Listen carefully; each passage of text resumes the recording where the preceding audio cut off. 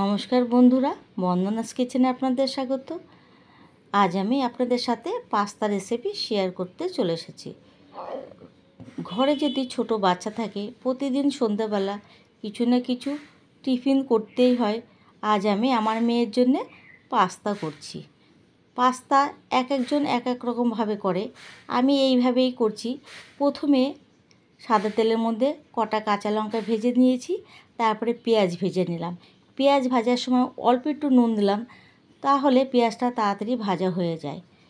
যেই পেঁয়াজ ভাজা হয়ে গেল, পেঁয়াজের মধ্যে দিয়ে দিলাম দুটো ডিমটা পেঁয়াজের সাথে একটু ভুজিয়া করে নিচ্ছি।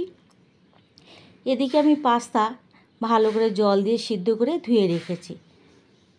যেই ভুজিয়া মতন হয়ে গেল ডিমটা, তার মধ্যে পাস্তাগুলো আমি ঢেলে দিচ্ছি।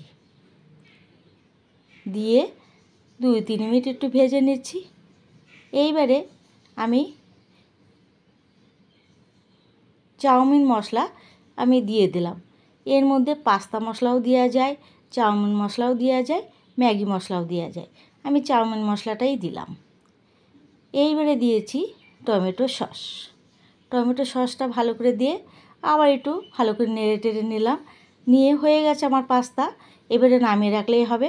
আমার মেয়ের জন্যে প্লেটে বেড়ে নিলাম। দেখুন